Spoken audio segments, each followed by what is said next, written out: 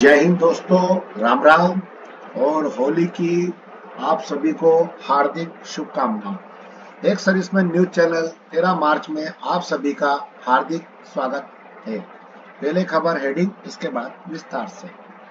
8 CPC FF 1.92-2.86 media की report, लेकिन सही FF क्या है ये बताया नहीं। DA और DR 2.99% कैबिनेट बैठक में फैसला। 3 महीना का एरियर पूर्व सैनिकों को और CEA 24,000 रुपए मंजूरी खातों में। क्रेडिट कब? अग्निपथ स्कीम में बड़ा बदलाव। सेना प्रमुख ने कहा अग्निवीरों की लीव 90 दिन। पेंशन ECHS और कोटा भी ECHS update. Block card ECHS card active 1 महीने तक। अब खबर आपको विस्तार से बताऊंगा। 8 CPC कमीशन किस पे लेवल पर कितनी बढ़ेगी सैलरी, यह पूरा चार्ट केंद्रीय कर्मचारियों का इतना होगा फिटमेंट। अभी तक जो है 8वें वेतन आयोग में इसके बारे में बहुत जोर पकड़ रहा है और कयास लगाया जा रहा है कि 20 से 30% तक का उछाल पेमेंट में हो सकता है और इससे 50 लाख केंद्रीय कर्मचारियों और 65 लाख पेंशनरों को मिलेगा इसका फायदा। और सरकारी सूत्रों की माने तो अप्रैल 2025 से 8वें वेतन आयोग का कामकाज शुरू हो गया है और 1 जनवरी 2026 से इसे लागू किया जा सकता है। हालांकि सारी प्रक्रिया पूरी होना जरूरी है। 7वें वेतन आयोग में 1 जनवरी 2016 से लागू किया गया था, पर इसका कार्यकाल 31 दिसंबर 2025 तक रहेगा। लेकिन कमीशन की पूरी प्रक्रिया के लिए 18 महीने का समय लगता है।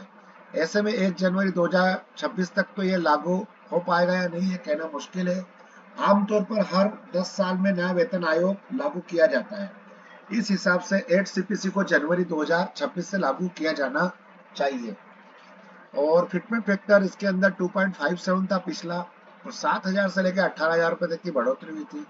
लेकिन 8वें वेतन आयोग में फिटमेंट फैक्टर को लेकर 3 अलग अलग अनुमानों की चर्चा है। 1.92, 2.08 और 2.86 यह तय करेगा कि कर्मचारियों की नई सैलरी कितनी होगी। अगर फिटमेंट फैक्टर 2.86 होता है तो न्यूनतम वेतन जो है 18,000 से बढ़कर 51,480 तक हो सकता है और 2.8 रहेगा तो इससे कम होगा और 1.92 रहेगा तो ये 36,000 रुपये अपनी कुछ जो है बेसिक सैलरी हो जाएगी। नेक्स्ट खबर, ये अपना फिटमेंट फैक्टर के हिसाब से इसमें दे रखा है 1.92 के हिसाब से कितना रहेगा, 2.0 के हिसाब से कितना रहेगा और 2.86 के हिसाब से कितना रहेगा। पे लेवल 1 में 18,000 जो है अगर फिटमेंट फैक्टर 1.92 के हिसाब से है तो 34,560 रहेगी। 2.08 के हिसाब से 37,440 रहेगी और 2.86 के हिसाब से 51,480 रहेगी। इस हिसाब से पे लेवल 8 लेवल तक 10th लेवल तक इसके बारे में बताया गया है।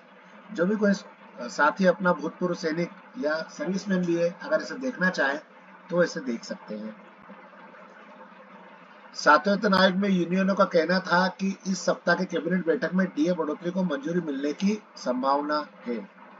तो अभी जो DA की मंजूरी है वो अभी तक हुई नहीं है, लेकिन इस कैबिनेट की मीटिंग में ये जो महंगाई भत्ता की राहत बढ़ोतरी की घोषणा कर सकता है ना। और ये अनुमान अभी 3% होने की संभावना है।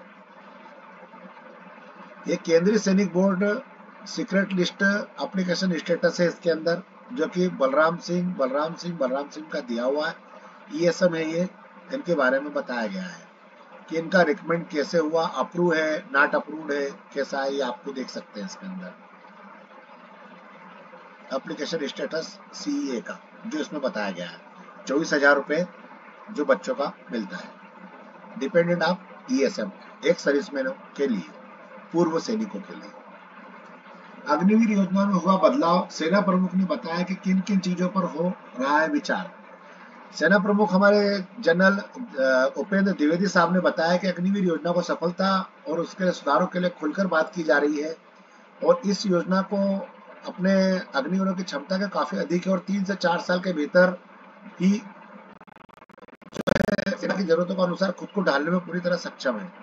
सेना प्रमुख ने बताया है कि काम चल रहा है इसको प्रभावी बनाने के लिए। छुट्टियों के प्रावधान में नियमित जानकारी दी जाएगी इसके बारे में और 21 से 23 और 25 से 50% सैनिकों को सेना में स्थायी रूप से बनाए रखने के लिए जनरल द्विवेदी साहब ने सतत प्रक्रिया के लिए अंतिम फैसला लेना जल्दबाजी होगी और दिसंबर 2026 तक इस योजना को पूरा आकलन करने के बाद ही ठोस निर्णय लिया जाएगा। एक सर्विसमैन कंट्रीब्यूशन स्कीम ECHS के बारे में बताया गया है कि अपने जो कार्ड है उसको आप अपडेट कर लें ताकि जिससे कि आपके जो कार्ड है वो ठीक ठाक रहे। बस दोस्तों, मेरे पास आज खबर यहीं तक थी। धन्यवाद, शुभ दिन, जय हिंद।